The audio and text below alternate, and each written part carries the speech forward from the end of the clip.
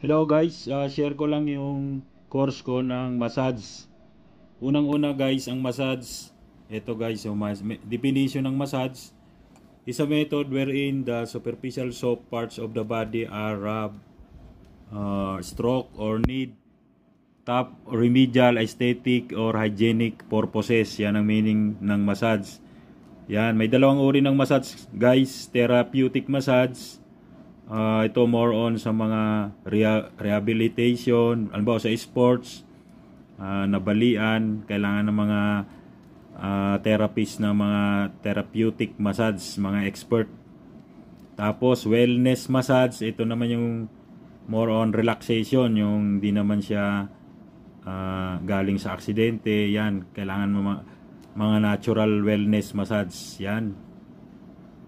Ito, definition and modalities of massage guys. Ito, may apat na uri ng mode ng massage. Swedish, Shiatsu, Thai, tsaka Reflexology. Yan guys. Tapos share ko lang pala yung mga laws.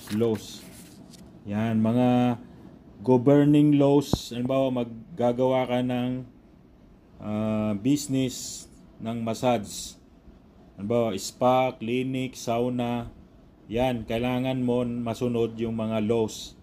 Ito, PD degree, Presidential Degree 856, kailangan sumusunod ka sa Sanitation Code of the Philippines. Alam nyo naman to, yung sanitation, parang mga cleanliness, sakop na yan. Next, RA 7796, ito yung TESDA.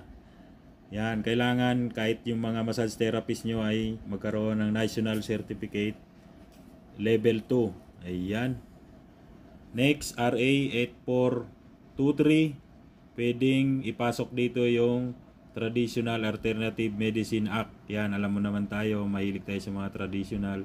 Yan, may batas na ganyan, pwede yan. Next, RA 9003, kailangan sumusunod tayo sa mga Ecological Solid Waste Management Act of 2000. Yung alam nyo nito, kailangan segregate nyo yung mga ginagamit yung mga waste na mga end use ng mga customer. Next, RA ito na, DOLE. Sakop ang massage clinic, sakop ng DOLE, yung mga occupational safety health standard, kailangan nasusunod yan.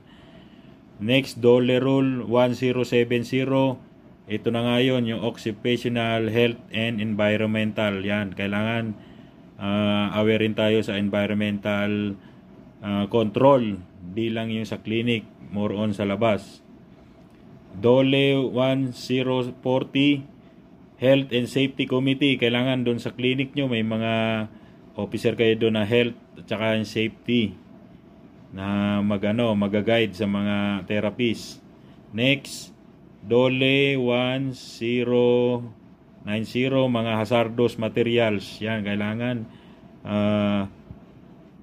nakasegregate to ng maayos kasi may mga ginagamit tayo sa pagmamassage na mga hazards, mga chemical. Kailangan sumusunod tayo sa mga pagsisegregate. Next, pasok pa tayo sa ASEAN Southeast Asian Nation Spa Service Standard. Kailangan nagte-training tayo dyan, yung mga standard na pang ASEAN kasi sakop tayo ng ASEAN. Yan guys, ano pa bang ibang laws na governing pag gumagawa tayo ng massage clinic? RA 9262, yan, Anti-Violence Against Women and Their Children.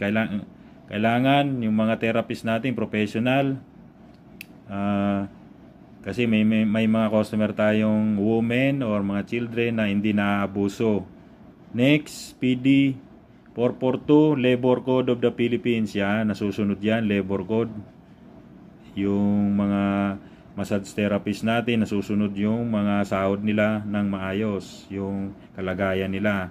Next, RA 720, Food, Drug and Device Cosmetics. Yan, kailangan alam ng ng FDA, Food Drug Administration, yung mga ginagamit yung chemical oils para sa pagmamassage.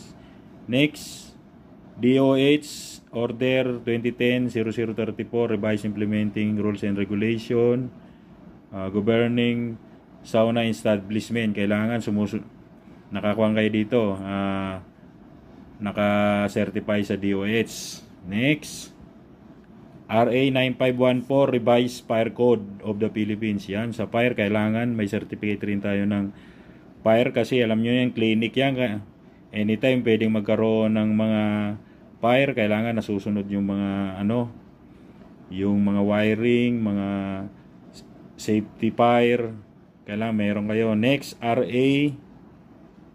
ito na nga, yun, hanggang doon na lang tayo pala, mga laws na masusundin natin kung gagawa tayo ng mga clinic ng massage o sauna, para mga customer natin ay nabibigyan natin ng standard sa pagmamassage ng maayos sa kanila at sa ating place. Yun lang guys, share ko yung massage course ko. Thank you.